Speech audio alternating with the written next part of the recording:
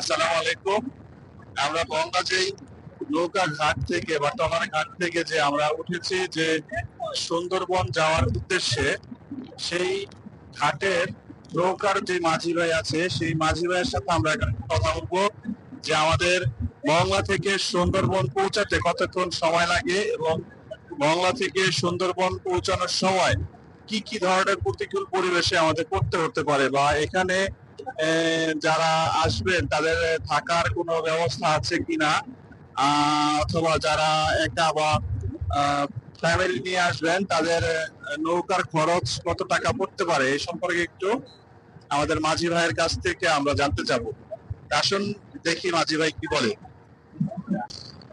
কাকা, এখান থেকে মংলা যেই আমরা টলার ঘাট থেকে উঠছি, এই টলার ঘাট থেকে আমাদের সুন্দরবন পৌঁছতে কত সময় লাগবে? দেখা যায় জোয়ার ভাটার ব্যাপার আছে, তো আপ ডাউনে 1.5 ঘন্টা সময় লাগে। যাওয়া আসা নিয়ে ধরে কথা বলেন। দেড় ঘন্টা সময় লাগে। 1.5 ঘন্টা সময় লাগে। হ্যাঁ, আর এখান থেকে মংলা থেকে সুন্দরবন যাইতে কি কি ধরনের সমস্যার সৃষ্টি হইতে পারে রাস্তায়?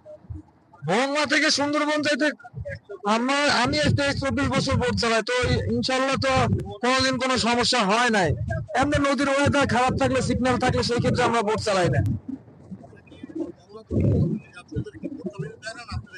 আমরা নিজেরাই চালাই না।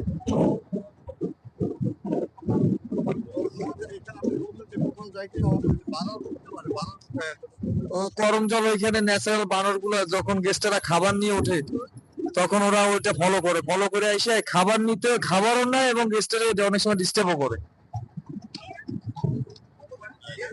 আমরা যদি পরিবার নিয়ে যাই, ফ্যামিলি নিয়ে যাই, যে সুন্দরবন যদি আমরা থাকতে চাই, যে ওইখানে থাকার মতো কোনো রিসোর্ট আছে কিনা? যেমন ইরাবতী আছে, গোলকানন আছে, পিয়ালি আছে, জঙ্গলবাড়ি আছে। আপনি যেটা ভালো লাগে সেটাই থাকতে পারবেন। রিসোর্টে থাকা যায়? হ্যাঁ, রিসোর্টে কেমন, কত টাকা লাগতে পারে প্রতি রাত?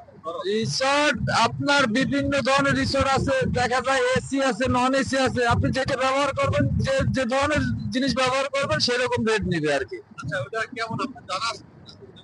মোটামুটি ভাবে আমার একটু জানা আছে, সেটা হলো যে ডাবল যে সিট গুলা, ওগুলো আপনার দেখা যায় যে এসি সহ নেয় মনে হয় যতদূর সম্ভব 8,000 এরকম, আর নন এসিতে নেয় 5.5-6 এরকমই নেয়। না, দেখা যায় আজকে আপনি সকাল 11টা উঠলেন, আগামীকাল 11টা আপনার চেক আউট হবে। আর 2 দিন যদি থাকেন সেই ক্ষেত্রে একটু মার্সি আছে, কম বেশ নেয়, এটা একটু কম বেশ করে নেয়।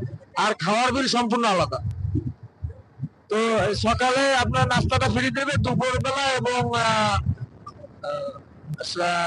রাত্রে যে আপনার দেখা যায় প্রতি খাবারে আপনার 450 টাকা করে সম্ভবত মনে হয় যে বিল রাখে।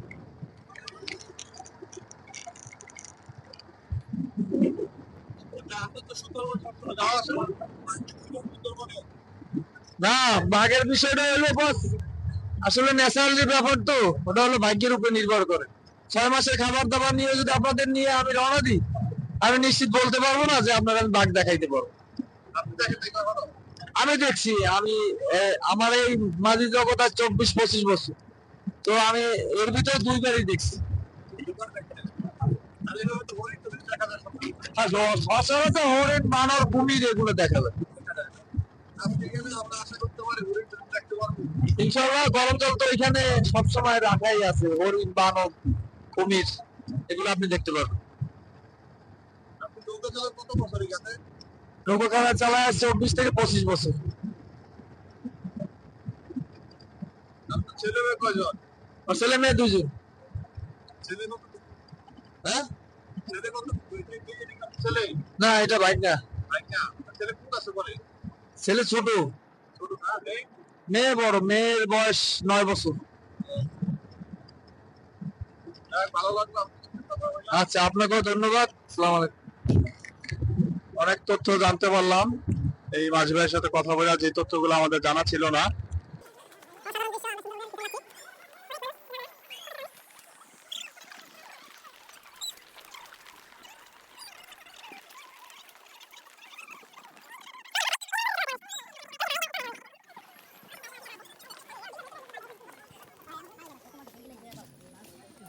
তুমি কোথায় আসছো? বলো তো কোথায় আসছো? সুন্দরবন। সুন্দরবন। কি দেখছো সুন্দরবনে? কি দেখছো বলো? বাঘ, বাঘ দেখছো? হরিণ। হরিণ দেখেছো? বাহ বাহ।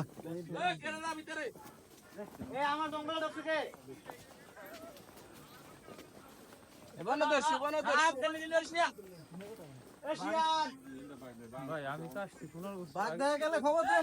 সেই সময় থেকে অনেক আপডেট, তাই না? ছিল না ভালো থাকবেন, সুস্থ থাকবেন। আবার দেখা হবে নতুন কোনো সিরিয়ালে ব্লগে, দেন। নতুন কোনো জায়গায়। আসসালামু আলাইকুম ওয়া রাহমাতুল্লাহ।